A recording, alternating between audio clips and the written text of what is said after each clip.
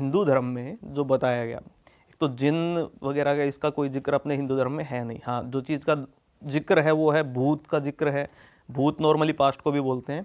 और दूसरा जो पिशाच है, इनका जिक्र निकल के आता है। दो आपको चीज़ें बताऊंगा, कनेक्ट कर लेंगे आप। एक तो आपने हनुमान चालीसा तो पढ़ी है, सभी ने पढ़ी होगी। तो उसके अंदर एक लाइन आती है, भूत पिशाच निकट नहीं आवे, महावीर जब नाम सुनावे। तो भूत पिशाच वर्ड वहाँ पे यूज हुआ है। ऐसे ही सेम एक महाभारत का एक वाक्य है जिसमें घटोत्कच कर्ण से युद्ध करने के लिए आया था पांडवों की सपोर्ट में। तो उसकी जो सेना थी उसका जिक्र किया गया था, वो पिशाच सेना थी। तो दूसरा यहाँ से कनेक्ट आता है। तीसरा, अगर इसके इन डिटेल अगर आप जाएं तो कश्यप और क्रोधवश, इनके जो पुत्र हैं वो भी यही बताया गया कि वो सारे पिशाच हैं। दोनों के पुत्र? दोनों के पुत्र। अच्छा। तो ये कनेक्ट यहाँ से निकल के आता है कि पिशाच का और भूत का डिस्क्रिप्शन दिया गया है वहाँ पे। तो भूत और पिशाच ये दोनों, इनके बारे में भी अलग अलग सेपरेट किया गया है कि दोनों अलग चीज़ें हैं। पिशाच की अगर हम बात करें तो पिशाच की पावर्स कुछ ऐसी हैं कि वो यूज करेंगे आपकी ही चीज़ों का, जैसे आपकी सेंसेस का यूज करते हैं कि जो आप आंखों से देख पा रहे हैं, कानों से सुन पा रहे हैं, उसी चीज़ को आपके अपोजिट में यूज कर सकते हैं। मतलब आपके देखने में ही भ्रम पैदा कर सकते हैं, या सुनने में कुछ आ रहा है, कुछ तरीके हैं या तो कुछ कंडीशन है, उसके बीच में वो हमारे ऊपर हावी हो सकते हैं। इफ़ इन केस हम मेंटली बहुत वीक या लो फील कर रहे हैं, वो स्टेज के ऊपर हावी हो सकते हैं। अगर आप स्टेबल हो माइंडली तो कभी ये चीज़ें आपके ऊपर हावी हो ही नहीं सकती, नेगेटिविटी हावी नहीं हो सकती। अच्छा, और भाई भूत पर्टिकुलरली क्या होते हैं फिर? भूत एक, आपने ये देखा होगा कि इफ़ इन केस की कोई आदमी की डेथ होती है और वो डेथ के टाइम पे अगर उसकी कुछ इच्छाएं हैं तो वो इच्छा पूर्ति के लिए क्या होता है कि जब आप अपने हिंदू वाले कंसेप्ट में देखिए तो एक 13वीं का पार्ट होता है कि आदमी जब वो मरा है तो उसके 13 दिन तक हम एक क्रिया करते हैं, वो 13वीं क्रिया बोलते हैं। उस बीच में ये बोला जाता है कि वो मनुष्य है, उसकी आत्मा वहीं घूमती है, इसी सांसारिक मोह को छोड़ने के लिए उसको एक समय लगता है, वो 13 दिन का समय, और वो क्रियाएं उसको इस जगत से मुक्त करती है। तो उस समय पे अगर बात किया जाए तो वो आत्मा वहीं पे घूमती है। एक तो जिक्र वहीं निकल के आता है। भूत क्यों बोला गया? क्योंकि वो गुजर चुका है, तो जो गुजर चुका वो पास्ट है, वो उसको भूत बोलते हैं, भूतकाल भी बोलते हैं। ऐसे ही अगर किसी कारणों से, बाहरी कारणों से उसको अपनी लाइफ स्पैन पूरी करे बिना वो मर गया तो उसको अननेचुरल डेथ भी बोल सकते हैं। तो वो अगर उसकी हुई है और उसके माइंड में कुछ चीज़ें चल रही थी तो वो फिर इसी सांसारिक एरिया में फंस जाता है। उस पार्ट पे उसको बोला जाता है कि वो प्रेत योनि में आया है, वो परेशान कर रहा है, क्योंकि उसकी लाइफ स्पैन जब तक पूरी नहीं होगी तब तक वो इसी भूलोक में रहेगा। तो ऐसा होता है, तो उनको पर्टिकुलरली भूत कहते हैं। ऑल राइट भाई, आपके किसी केस से, सिंस आप एक वास्तु एक्सपर्ट हो, आप जगह जगह जाकर नेगेटिविटी दूर करते हो लोगों के घरों से, वर्क स्पेसेस से, तो आपका कभी कुछ सामना हुआ हो तो कुछ रियल केस की बात करते हैं। देखिए मैंने कभी लाइफ में कोई भूत प्रेत देखा नहीं है, और इसका एक रीज़न और भी होता है कि अपनी कुंडली होती है, उसमें कुछ गण डिसाइडेड होते हैं। तो 3 गण होते हैं, देवगण, मनुष्यगण, राक्षसगण। मैं राक्षस गण में आता हूँ। तो तीनों में एक ये है कि देवगण में ना तो उनको कुछ ऐसी चीज़ें दिखाई देंगी और ना उनको कभी परेशान करेगी। ऐसे मनुष्यगण में होता है, उनको दिखाई भी दे सकता है, फेवरेबल कंडीशन हो उसके हिसाब से तो, अच्छा। और उनको परेशान भी कर सकते हैं। और तीसरा होता है राक्षसगण, जिसमें मैं हूँ भी, उनमें दिखाई दे सकता है लेकिन कभी परेशान नहीं करेगा। अच्छा, चाहे आप पे कोई वो भी करवा दे, क्रिया भी करवा दे। और ये गण मालूम कैसे पड़ते हैं? कुंडली ये अपनी कुंडली, अपने ग्रह नक्षत्र। तो ये हर राक्षस गण में जो राक्षस गण का है इंसान, उसके साथ ये हर सभी के साथ सेम रहेगा। अच्छा। और अब हम बात करें नेगेटिव एक्सपीरियंसेस, तो नेगेटिव एक्सपीरियंसेस बहुत रहे हैं। अब मैं मेंटली स्टेबल हूँ, मुझे चीज़ें दिखाई नहीं देंगी है। अगर मैं मेंटली वीक फील कर रहा हूँ, फिर मैं नेगेटिव ओरा में जा रहा हूँ, नेगेटिव एरिया में जा रहा हूँ, तब मैं वो चीज़ें देख सकता हूँ। फिजिक्स में इसको डिफाइन अगर मैं करूँ तो मेरे माइंड से कुछ ऐसी फ्रीक्वेंसीज जनरेट होगी जो विजुअलाइज हो सकती है। इसका भी मैं एक पार्ट भी बताऊँगा कि एग्जैक्ट किस तरीके से आपको कुछ चीज़ें मैं भ्रमित करने के लिए दिखा भी सकता हूँ। तो वो एक पार्ट हम लास्ट में देखते हैं कि नेगेटिव वाली पार्ट में देखें तो कई घर रहे हैं जिस पे जाते के साथ, एंट्री के साथ ही हमें महसूस हो जाता है कि कुछ नेगेटिव एनर्जीज हैं यहाँ पे। कैसे फील होता है? एक तो अपनी सेंसेशन, अपनी सेंस, जो 6 सेंस है वो सारी चीज़ें बताती है। अपनी सेंसेस, अब हम जो चीज़ स्मेल कर रहे हैं, कई बार फॉल स्मेल आती है किसी जगह पे जिसका कोई ओरिजिन नहीं है वहाँ पे, कि किस रीज़न की वजह से ये अजीब स्मेल आ रही है। तो वो एक पॉइंट होता है। दूसरा, वहाँ के लोगों में अलग से बिहेवियर शो करना कि इंस्टेंटली चेंज हुआ है। ये नहीं बोल रहा कि एक आदमी गुस्सा उसको बचपन से रहा है, वो नहीं, एक आदमी बहुत शांत रहता था, एकदम से उसमें एकदम सडन बदलाव आया, तो ये उसका रीज़न हो सकता है। और अगर हम बात करें घर के अंदर, और भी कई चीज़ें हो सकती हैं। मैंने कुछ चीज़ें देखी हैं तो वो बताता हूँ कि एक बार हमारा एक क्लाइंट था, तो अच्छा क्लाइंट रहा है, काफ़ी काम हमने उसके काफ़ी वास्तु रेमेडीज़ किए हैं। तो कहाँ की बात है, दिल्ली की है? ये रोहतक का क्लाइंट है। अच्छा। तो उसकी बात है, उसने हम एक जगह पे वास्तु विजिट कर रहे थे, उसी टाइम पे उसका कॉल आया कि 2-3 बार कॉल आया। मैंने जैसे विजिट कंप्लीट हुई तो मैंने पूछा कि क्या हुआ, तो उन्होंने बोला कि मेरा एक फ्रेंड है, उस फ्रेंड से ही सीख के मैंने ये, उसका एक मोबाइल का बिजनेस है, मेजॉरिटी मोबाइल स्टोर्स हैं, उससे ही सीख के मैंने ये सभी चीज़ें, मैंने भी अपने स्टोर्स खोले हैं। तो वो लाइफ में मेरे से बहुत ऊपर रहा है और मेरा गुरु ही रहा है एक हिसाब से। अब उसको लाइफ में लास्ट 6 मंथ से एकदम सडन चेंज हुए हैं उसकी लाइफ में, तो आप एक बार आके उनका वास्तु चेक कीजिए। तो मैंने बोला कि ठीक है। हम नेक्स्ट डे गए वहाँ पे रोहतक। तो जैसे ही उसके घर में गए तो एक तो वो नेगेटिव ऑरा फील होता है, तो वो तो ऑलरेडी था। और अब उनसे मैंने पूछना स्टार्ट किया कि क्या क्या हुआ है, आप इस घर में कब से हैं, ये बेसिक चीज़ें हम पूछते हैं। और कुछ आपने घर में नोटिस करा, ऐसा कुछ था कि जो अजीब लग रहा हो? कि देखने में कुछ ऐसा अजीब नहीं था, वो चीज़ें बाद में मैं बताता हूँ कि कैसे कैसे चीज़ें निकल के आई थी। तो मैंने उनसे पूछा कि क्या हुआ है, तो आप लंबे समय से इसी घर में रह रहे, तो उन्होंने बताया कि लास्ट 6 मंथ से ही उन्होंने घर चेंज किया। रीज़न मैंने पूछा क्यों चेंज किया, तो वो बोले कि जिस घर में हम लोग रहते थे, लंबे 6 साल से वहाँ पे रह रहे थे, उस मकान मालिक को अपना घर, उसने बोला कि मुझे ये पूरा बिल्डिंग तोड़ के मुझे नई बिल्डिंग बनानी है, तो हमारे पास कोई दूसरा ऑप्शन नहीं था, इसलिए हमने घर चेंज किया, नहीं तो हम कभी भी नहीं करते। तो घर ढूंढते टाइम उनको कोई अच्छा डील नहीं मिल रहा था, लाइक रेंट भी बराबर प्रॉपर उनके हिसाब से हो और अच्छा स्पेस मिल जाए, तो उनको ये घर मिला जो कि उनके बताने के हिसाब से कि स्टार्टिंग में ये खाली पड़ा था, लंबे समय से यहाँ पे कोई किराएदार रहा नहीं है। तो उसमें वो जाके आए हैं, उन्होंने शिफ्ट किया। बोले कि सफाई के दौरान हमें यहाँ पे बहुत चीज़ें मिली जिनको बोल सकते हैं कि ब्लैक मैजिक का पार्ट हो सकता है, काला जादू करते हैं लोग। क्या मिला था उन्हें?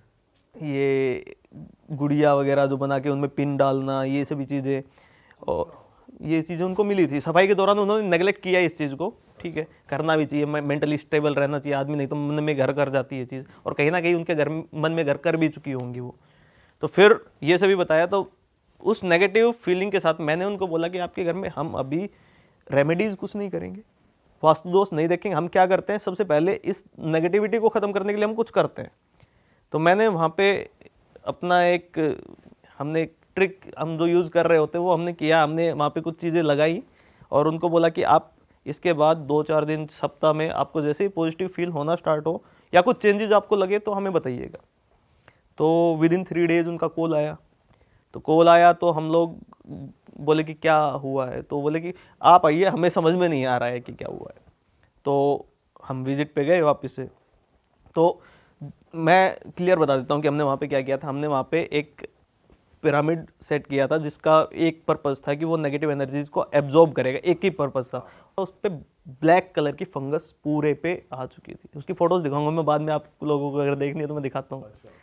तो वो पार्ट से समझ में आता है कि वहाँ पे नेगेटिविटी कितनी हावी थी।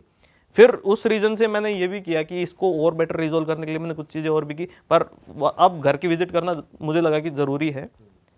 तो विजिट के दौरान जो उनका ब्रह्म स्थान हम कैलकुलेट करते हैं, तो पूरे घर में टाइल्स वाइल्स सब एक जैसी थी और उस पार्ट पे थोड़ी चेंजेस थी। तो मैंने बोला कि इनको हटा सकते हैं ब्रह्म स्थान के ऊपर जो टाइल्स है। तो वो बोले कि मकान मालिक ने बोला है कि अपने हिसाब से काम करो, हमें पेंट वेंट भी खुद ही करवाई, ये सभी चीज़ें कर सकते हैं, कोई बड़ी बात नहीं, लंबे समय के लिए रहना है, मकान मालिक को दिक्कत है नहीं। उनको जब उन्होंने निकाला तो ये जो ब्लैक मैजिक वाली चीज़ें जो उन्होंने स्टार्टिंग बताई थी वो तो कुछ भी नहीं थी, वहाँ पे जो चीज़ें निकल के आई वो बहुत ज़्यादा थी। क्या निकल गया? तो सबसे बड़ी बात होती है कि ये वाला पार्ट यहाँ पे ब्रह्मस्थान वाला ना ही बताएं तो लोग उसका मिसयूज़ बहुत करेंगे। ब्रह्मस्थान में कुछ ऐसी चीज़ें अगर आप डाल देंगे, सिर्फ एक बेसिक चीज़ अगर आपने ब्रह्मस्थान में वो चीज़ डाल दी और एकदम करेक्ट जगह पे डाल दी, इंच बाय इंच अगर आपने कैलकुलेट करके डाला है, वो आपके पूरे परिवार को ख़त्म कर सकता है। ऐसी चीज़ है।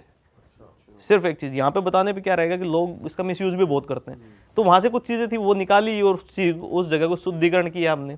उसके बाद फिर उनके लाइफ में सडन चेंजेस वापस से आ जाते हैं, क्योंकि नेगेटिविटी गई तो पॉजिटिव आदमी रहना स्टार्ट करेगा। अब यहाँ पे रिजोल्व हुआ तो वो चीज़ें, प्लस में उनके साथ बीच में मैंने पूछा था कि और क्या क्या हुए थे, तो बहुत चीज़ें और भी हुई थी कि उनकी माता जी थी, रात को उठ जाती थी, पहले बढ़िया नींद आ रही होती थी उनको, रात को उठ जाती थी, उनको ये बोल रही थी मुझे कुछ दिखाई दे रहा होता है, बार बार बोल रहे होते थे क्या दिखाई दे रहा होता है, उन्होंने बताया था उन्होंने किस तरीके से? कि कोई आदमी जाते दिखाई देता है, उनको कुछ रियल, उनको ऐसा लग रहा होता था कुछ रियलिस्टिक चीज़ जा रही है, एकदम से दीवार में से कुछ पास हो गया है, ये चीज़ें उनको।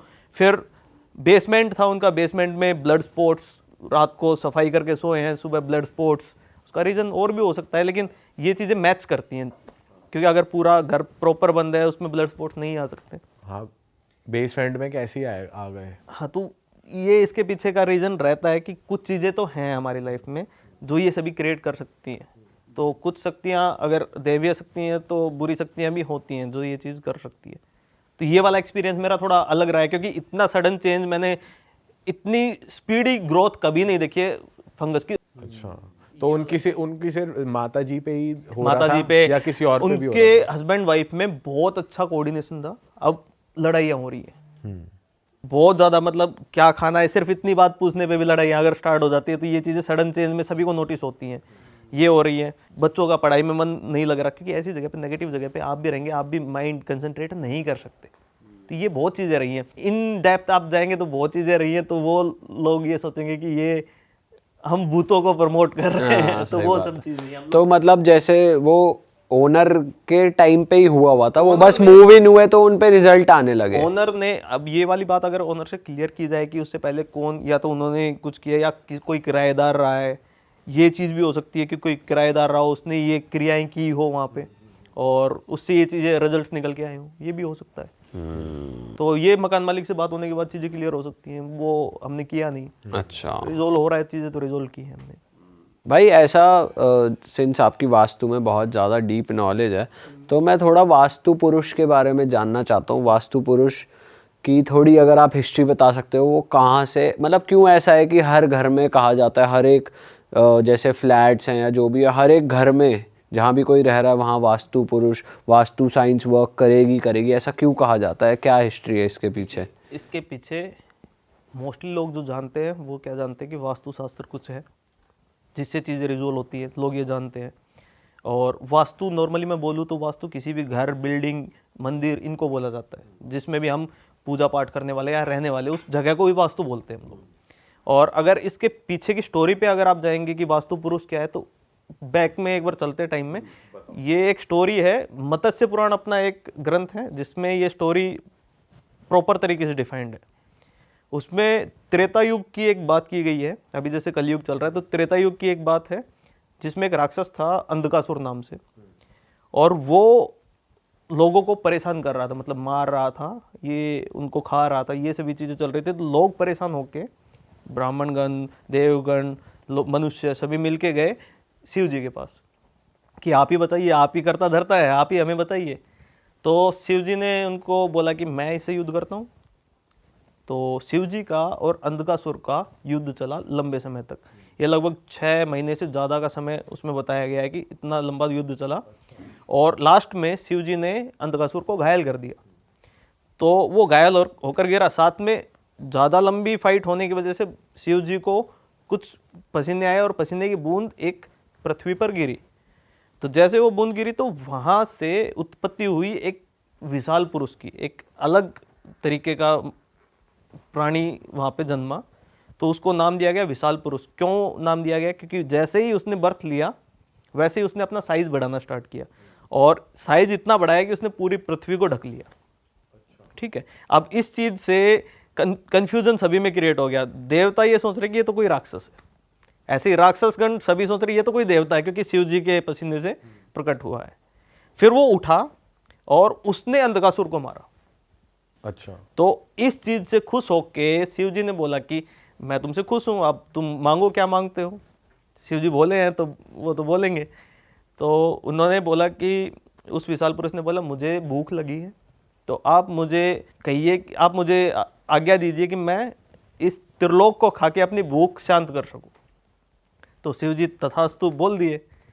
अब जैसे ही वो खाने के लिए बढ़ने लगा तो त्रिलोक में तो सभी आते हैं, देवतागण भी, मनुष्यगण भी, राक्षसगण भी, तो सभी को एकदम से ये हुआ कि ये तो हम लोग मरने वाले हैं, ये खा जाएगा हमें। तो वो सभी मिलके ब्रह्मा जी का आह्वान करते हैं, ब्रह्मा जी वहाँ पे प्रकट होते हैं और ब्रह्मा जी को बोलते हैं कि आप इस चीज़ का सल्यूशन कीजिए, ऐसे तो हम बचेंगे ही नहीं। तो फिर ब्रह्मा जी ने अपने एक अष्ट दिग्पाल होते हैं, अष्ट दिग्पाल मतलब 8 दिशाओं के रक्षक या स्वामी भी बोल सकते हैं, तो 8 दिशाएं उनके रक्षक, उनको आदेश दिया, क्योंकि वो सिर्फ ब्रह्मा जी का ऑर्डर मानते हैं, तो उनको आदेश दिया कि आप सभी देवी देवताओं को इकट्ठा कीजिए और राक्षसगण को इकट्ठा कीजिए, और इसको, जो ये विशाल पुरुष है, इसको पृथ्वी पर एक पोजीशन में गिराना है। तो उन्होंने प्रीडिफाइन किया कि कैसी पोजीशन में, कि इसका सर रहे नॉर्थ ईस्ट की तरफ और इसके पैर रहे साउथ वेस्ट की तरफ, ऐसे इसको गिराइए और औंधे मुंह गिराइए कि ये इसका सर नीचे की तरफ हो, मुंह नीचे की तरफ हो, ऐसे गिराइए और इसको कंट्रोल कीजिए इसी पोजीशन में। तो सभी ने मिलके ये किया, उनको गिराया। अब इसमें भी एक चक्रव्यूह फॉर्मेशन हुई थी, बहुत बढ़िया। आपने चक्रव्यूह इससे पहले सुना है कि ये अभिमन्यु वाला केस जिसमें चक्रव्यूह फॉर्मेशन हुई थी, लेकिन पूरे हिंदू ग्रंथों में इससे बेहतरीन चक्रव्यूह संरचना कभी नहीं हुई।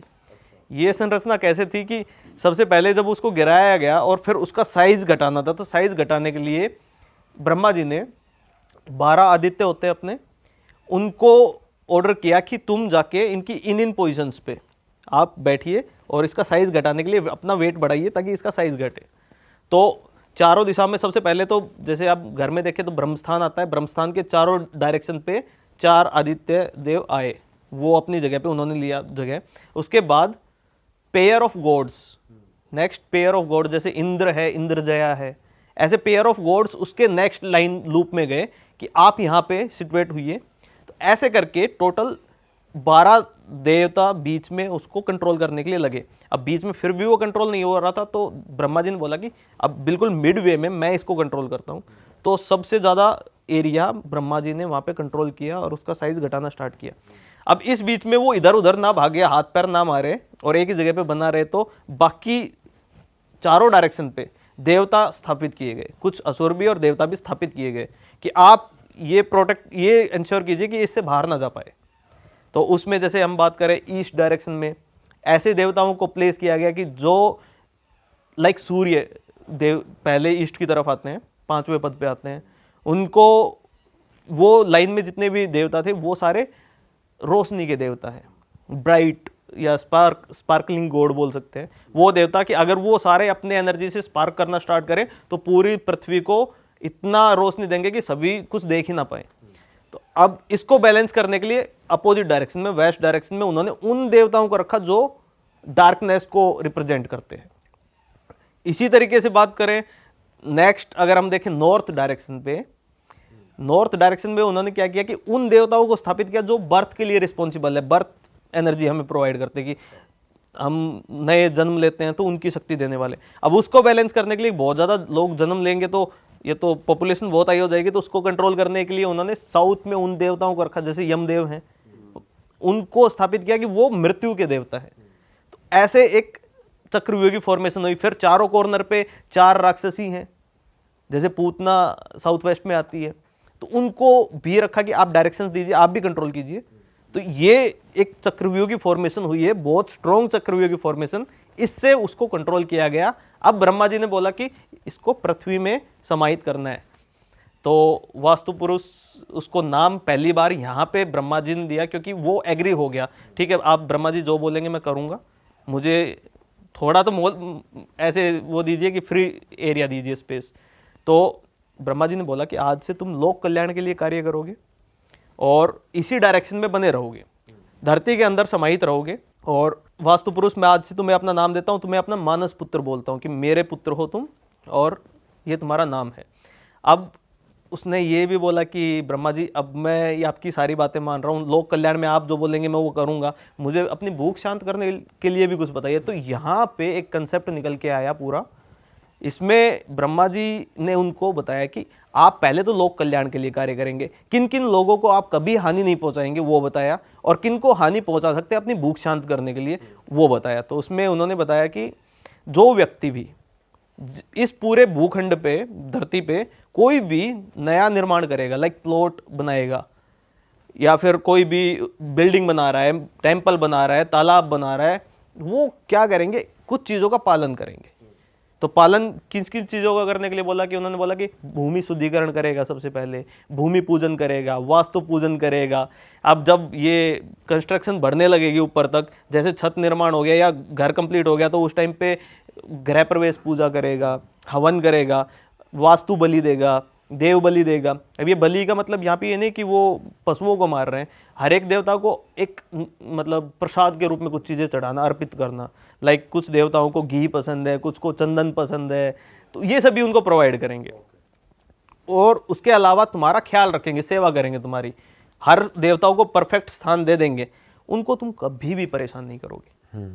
और जो ऐसा नहीं करेगा उनको तुम शारीरिक, मानसिक, आर्थिक रूप से उनका जीवन नरक में बना सकते हो। ये तुम्हारी भूख शांत करने का तरीका है। अच्छा, तो ये कंसेप्ट, तो मतलब जो ये रिचुअल फॉलो नहीं कर रहा उसके साथ बुरा होगा। अपने हिंदू धर्म में हम जब भी कहीं भी जगह एंट्री करते हैं तो हम हवन करवाते हैं। तो हमारे जो पंडित जी होते हैं, शास्त्री जी होते हैं, वो ये रिचुअल्स करवाते हैं हमारी, ताकि हम देवताओं का आशीर्वाद पाए। ये पूरा कंसेप्ट था वास्तु पुरुष का। वास्तु पुरुष की उत्पत्ति यहाँ से हुई थी। यहाँ से हम सारी चीज़ें आज जो लोगों को पता है, जितनी बातें, ये उसका डीप स्टडी था कि कहाँ से ये बातें आई। अब इसके बाद भी और भी कुछ चीज़ें होती हैं, लाइक आप बात करें कुछ, ये तो कंसेप्ट था वास्तु पुरुष का। एक वास्तु पुरुष मंडल होता है कि घर को कितने ग्रिड में डिवाइड करना चाहिए, मंदिर को कितने ग्रिड में डिवाइड करना चाहिए। लाइक 64 स्क्वायर, एक स्क्वायर को 64 स्क्वायर में आप इक्वली डिवाइड करेंगे तो वहाँ पे आप परफेक्ट लोकेशन है मंदिर बनाने की। बट भाई ऐसा भी हमने सुना है कि मंदिर तो घर में होना ही नहीं चाहिए। ये मंदिर, घर के मंदिर की तो बात कर ही नहीं रहे हम लोग। मंदिर के अंदर, घर के अंदर हमेशा देवताओं का निवास होना चाहिए, तो वो हम लोग अच्छा बोलते हैं। नहीं होना चाहिए ऐसा नहीं है, उसकी कुछ कंडीशंस है कि कितने साइज से ऊपर की मूर्ति नहीं होनी चाहिए, आपको किस फेस में उनका मुंह नहीं रखना है, या फिर मंदिर के ऊपर कोई पीक या चोटी नहीं बनानी है। ये सब चीज़ें होती है। बाकी घर के अंदर पूजा पाठ तो बहुत ज़रूरी चीज़ है। तो नेक्स्ट जो आता है वो है वास्तु पुरुष मंडल। जैसे मैंने बताया कि 8x8 की ग्रिड अगर बनाई, एक स्क्वायर को प्रॉपर 64 पीसीज में हमने बांट दिया, तो वो परफेक्ट लोकेशन है मंदिर बनाने की। इसका कंसेप्ट का यूज़ आर्किटेक्ट करते हैं अभी भी। अगर इससे बड़े ग्रिड में हम देखें, मंदिर का प्रांगण बनाना है, तो 18x18 ग्रिड का यूज़ करते हैं हम लोग। और अगर घरों की बात करें तो परफेक्ट घर बनाने के लिए आपको एक स्क्वायर को बराबर बांटना पड़ेगा 9x9 ग्रिड में, तो टोटल 81 आपके स्क्वायर बन जाएंगे। उसमें अगर हम बात करें वास्तु पुरुष मंडल में, तो बिल्कुल मिड वे में जो 9 स्क्वायर आते हैं वो बनते हैं ब्रह्म स्थान भी बोलते हैं उसको। और एक कंसेप्ट और है ब्रह्म विथि। ये विथि वाला कंसेप्ट जो पता है सभी को, उससे थोड़ा सा मैं यूनिक चीज़ बताता हूँ कि विथि वाला कंसेप्ट कुछ अलग है। कि इससे पहले आपने देखा होगा ब्रह्म स्थान, फिर देव स्थान। अभी क्या है कि एक ग्रिड के अंदर, घर की ग्रिड के अंदर 81 स्क्वायर में सबसे बीच वाले स्क्वायर, तो मैंने बोला कि किसके लिए होते हैं, ब्रह्मा जी के लिए, क्योंकि वही क्रिएटर हैं पूरी लाइफ के। एनर्जी वहीं से निकल के आती है जिससे हम जीते हैं। अब जब हम एक घर बनाना स्टार्ट करते हैं, मैंने नींव रखनी स्टार्ट की, वहाँ से स्टेप बाय स्टेप समझते जाइएगा। नींव रखनी स्टार्ट की, शिलान्यास विधि जैसे ही मैंने कंप्लीट की और हम जो नींव को लेवल तक ले आए, जब वो 1 फीट भी ऊपर आ गया ज़मीन से, तो वहाँ से पहली एनर्जी जनरेट होती है, वहाँ से ब्रह्म स्थान एक्टिव हो जाता है। ब्रह्मा जी वहाँ पे निवास उसी पॉइंट पे कर लेते हैं, उसी समय से, और वो सभी डायरेक्शंस में अपनी एनर्जी भेजना स्टार्ट कर देते हैं। इसके बाद आप कंस्ट्रक्शन को थोड़ा और बढ़ाते हैं। तो कंस्ट्रक्शन जब आपने बढ़ाई तो वो लगभग आ गई कहाँ तक, आपकी 5 से 8 फीट के बीच में। तो नेक्स्ट विथि आती है जिसको बोलते हैं देव विथि, कि अब ब्रह्मस्थान से नेक्स्ट जब हम बात करें कि अलग अलग डायरेक्शन में, 4 डायरेक्शन में ब्रह्मा जी के फेसेस बोल लो उनको, या फिर 4 आदित्यों को जहाँ पे स्थापित किया, तो वो देव विथि में आते हैं। तो देव विथि वो जगह है कि जहाँ पे आपको कभी भी रहने का कक्ष नहीं बनाना चाहिए। ब्रह्मस्थान तो आपको एकदम खाली और क्लीन रखना चाहिए। उसके बाद देव विथि में भी आपको रहना नहीं चाहिए। वहाँ पे आप शुभ कार्य कर सकते हैं, आप शुभ कार्य कीजिए, आप पूजा कीजिए, वो स्थान होता है। तो जैसे ही 8-9 फीट तक, 5 से 8 फीट के बीच में जब कंस्ट्रक्शन पहुँच गई छत डलने से पहले, तो यहाँ पे देव विथि की एनर्जी एक्टिवेट हो जाती है। चारों डायरेक्शंस में एनर्जी फिर से फैलेगी। अब इससे नेक्स्ट जब आपने छत तक आप पहुँच गए, आपने पूरी कंस्ट्रक्शन की लेकिन छत अभी तक डाली नहीं गई है, तो इस पॉइंट पे जो नेक्स्ट विथि आती है वो मनुष्य विथि होती है, कि वो लोकेशन जो नेक्स्ट आपका बाउंड्री बनता है, ब्रह्मस्थान के बाद पहली बाउंड्री ब्रह्मस्थान हो गई या ब्रह्म विथि हो गई, नेक्स्ट आपकी देव विथि हो गई, उससे नेक्स्ट जो आपकी डायरेक्शन आती है वो बचा हुआ पूरा स्पेस जो दीवार में कवर हो रहा है वो मनुष्य विथि। वहाँ पे आप शयन कक्ष बनाइए, रहने की जगह, स्टडी रूम, ये सभी चीज़ यहाँ पे करना चाहिए। अब इससे नेक्स्ट होता है कि अब आपने छत डाली, जैसे ही छत डालते हैं तो लास्ट जो विथि होती है घर के हिसाब से, वो विथि होती है पिशाच विथि, पैशाच विथि बोले आप उसको, वो एक्टिव होती है। उससे हर डायरेक्शंस में एनर्जी अब अंदर आ गई है, एनर्जी समाहित होने लगी, प्रवाह करने लगी। तो ये वाली विथि एक्टिव होने के बाद हम इस कंस्ट्रक्शन के आगे की बात करते हैं। अब यहाँ पे आपको पता लग गया कि किस किस की पूजा करनी चाहिए, स्टेप बाय स्टेप भी पता लग गया। बट भाई जब कंस्ट्रक्शन चल रही होती है तो हर स्टेप पे पूजा करवानी होती है, आप देखिएगा कि जो क्योंकि मेजरली तब कराते हैं पूजा अक्सर, या तो गृह प्रवेश होता है फिर जब छत डल जाती है उसके नहीं, बाद। सबसे पहली पूजा हर प्लॉट में उस समय पे होती है जिसमें ओनर को बुलाया जाता है कि आपने एक गड्ढा खोदा और उसमें पहली नींव का पत्थर रखा। हाँ, नींव डलने पे जो पूजा की जाती है तब होती है दूसरा, मेजरली। जब आपकी दीवार फॉर्मेशन, जैसे ही आप नींव पूरी भर गई, तो आप अगर इस चीज को नहीं कर रहे तो कम से कम आपने ये देखा होगा कि जो वहां पे लेबर होती है वो बोलेंगे सर लड्डू ले आओ, कि लड्डू बांट देते हैं, नींव पूरी हुई है। उसके बाद जैसे दीवार हाफ कंप्लीट होते है तब वही चीज वो बोलते हैं, उनको भी पता है ये चीज। बट भाई अगर ये तो चलो, अगर इंडिपेंडेंट हाउस बन रहा है तो चीज़ें प्रैक्टिस की जाती है, करते हैं। जब अपार्टमेंट्स बन रहे होते हैं बड़े बड़े, तो वो तो बिल्डर बिल्ड कर रहा है, कोई 14वें फ्लोर पे कोई ये चीज़ बिल्डर हो के रही है, पास तो ये प्रोफेशनल लोग होते हैं जो स्टेप बाय स्टेप पूजा करवाते हैं। हाँ, कौन सा बिल्डर ज़्यादा आज नाम कमा रहा है, वो सारी चीज़ें मैटर करती हैं यहाँ से। फिर इसमें आता है कि हमने वो दीवारें बनाई तो वो एक पर्पज से बनाई, जैसे मैंने बोला पैशाच विथि, तो वहाँ पे राक्षस गण का भी निवास होता है। और सबसे भारी चीज़ें तो हमारे हिसाब से पूरे घर में सबसे भारी चीज़ें क्या थी? दीवार। हमने दीवारें बनाई बाहर वाली परिधि में, सबसे उस परिधि में उनको बनाने का एक रीजन था कि जो पैशाच या फिर जो राक्षस वहाँ पे असुर एक्टिव हैं उनको दबा के रखे, उनको कभी बाहर ना आने दे। तो सबसे स्ट्रॉन्ग वॉल बनाई जाती है आउटर लाइन पे, ठीक है। तो ये तरीका होता है। भाई ऐसी कौन सा गलती हो जाती है जिसकी वजह से पूरा मतलब आप कह लो कि घर खराब हो सकता है आपका, मतलब हेल्थ वाइज और उसमें? देखिए वास्तु दोष बहुत होते हैं कि एक कंसेप्ट समझ लीजिए, आपको सबको समझ में आ जाएगा कि वास्तु दोष है क्या। अलग अलग आपको समझने की जरूरत नहीं है। मैंने बोला जितने 45 देवी देवता वहाँ पे वास्तु पुरुष के ऊपर स्थापित थे, वो लोकेशन उनको अलॉट हो गई। बीच में 13 देव थे, उसके बाद 32 जो देव थे वो 8-8 पद में हर डायरेक्शन पे, ठीक है। आपने किसी भी देवता को उसका स्थान, प्रॉपर स्थान नहीं दिया, उसको ऑफरिंग्स नहीं दी, तो वो आपको परेशान करना स्टार्ट करेगा, वो एक दोष क्रिएट हो गया। अगर मान लिया एग्जांपल के लिए मैं बोलूं कि आपका घर का एक कॉर्नर कट है, आजकल ऐसे लेआउट तो बनते हैं जिसमें एक कॉर्नर कट है, तो वो कॉर्नर कट होने की वजह से उस जगह के जो देव थे उनको उनका स्थान नहीं मिला, तो वो आपको परेशान करना स्टार्ट करेंगे। अगर आपने देखा कि कोई कॉर्नर बढ़ा हुआ है, कई घरों में कॉर्नर बढ़ा होता है कि नॉर्थ ईस्ट कॉर्नर बढ़ा है या साउथ वेस्ट कॉर्नर बढ़ा है, बढ़ा हुआ कॉर्नर क्या परेशान करता है, वो क्या करेगा कि वो एक देवता को ज़्यादा स्पेस दे देता है और बाकी देवता जेलस फील करेंगे कि हमें कम स्थान मिला। सभी को जब जितनी तवज्जो डिफाइन की गई थी उतनी ही मिलनी चाहिए थी, लेकिन एक देवता को ज़्यादा तवज्जो मिली तो वो बाकी सारे आपको परेशान करना स्टार्ट करेंगे। तो ये एक्सटेंशन की वजह से नुकसान होता है। ये दोष भी सारे एक तरफ। सबसे खतरनाक दोष जो होता है वो होता है अगर आपने अपने घर के मर्म स्थान को किसी भी तरीके से पंक्चर किया। भाई मर्म स्थान क्या होता है? मर्म स्थान सेंसिटिव एरिया, अगर हम बोले इंग्लिश उसकी समझे तो सेंसिटिव एरिया। तो वास्तु पुरुष को जैसे लिटाया गया, आप उसकी पिक्चर देख सकते हैं। तो उसकी पिक्चर में आप क्या करेंगे, एक तो लाइन खींचेंगे, ये नेचुरल एनर्जी फ्लो की लाइन हम लोग खींचते हैं सबसे पहली, नॉर्थ ईस्ट से साउथ वेस्ट की तरफ, अपने मैग्नेटिक फील्ड के हिसाब से भी हम लोग यही लाइन बोलते हैं। ऐसे ही उससे नेक्स्ट कुछ लाइनें खींची जाती हैं, ऐसे ही अपोजिट डायरेक्शन में। तो बीच में कुछ ऐसे इंटरसेक्शन पॉइंट निकल के आते हैं।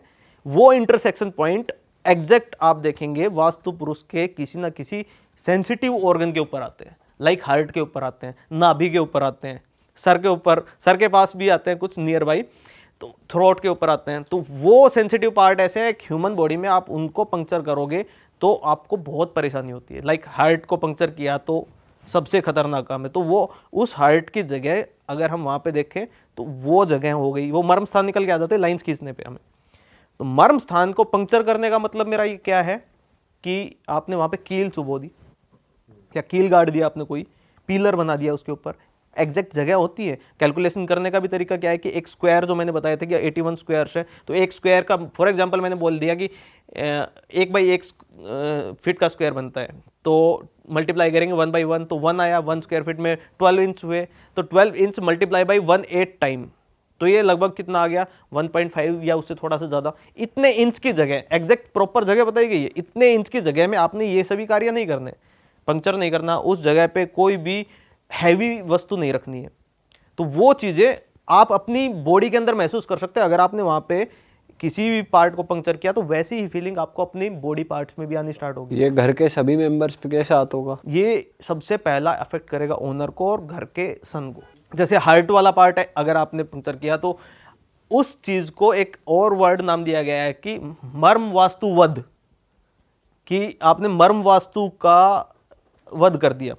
ये ब्रह्मवध से भी खतरनाक बताया गया है कि आपने, हम बोलते हैं ना कि अपने धर्म में कि ब्राह्मण वध सबसे बड़ा पाप है, ऐसे ही ये एक मर्म वास्तुवध हो गया। ये उससे कंपेयर कर सकते हैं आप इसको कि अगर आपने ये कर दिया तो आपके वास्तु दोष टाइमली आपको अफेक्ट करते हैं। जैसे लाइक 7 ईयर्स पे आपको बहुत एक स्ट्रॉन्ग साइन देंगे, 14 ईयर्स पे उससे ज़्यादा स्ट्रॉन्ग साइन करेंगे, या उससे आगे हम बात करें एक घर में आप 21 साल से वास्तु दोषों के साथ रह रहे, तो उस टाइम पे वास्तु पुरुष रौद्र रूप में आ जाता है, सबसे बड़े विनाश उस टाइम पे करता है। लेकिन यहाँ पे मर्म स्थान को आपने पंक्चर किया तो डे 1 से आपको प्रॉब्लम्स फेस होती है। अच्छा, इतना ज़्यादा खतरनाक है। तो मर्म स्थान पे कभी भी कोई हैवी चीज़ नहीं रखनी, कोई कील वहाँ पे नहीं होनी चाहिए। अरे वाह, आपने ये वीडियो यहाँ तक देख ली भाई, तुमने हमारी मेहनत सफल कर दिया। तुम ही लोग हो असली रियल हिट। और अगर आपको बहुत मज़ा आ रहा है ऐसी क्लिप्स में, ऐसी वीडियोस में, तो फटाफट जाइए प्लेलिस्ट पे बिंज वॉच कीजिए, सारी वीडियोस देख डालो और मौज काटो। That is it. हम मिलेंगे नए पॉडकास्ट में, नई क्लिप में। Till then bye bye, see you, take care, do subscribe. Best of real talk online. Okay, bye bye.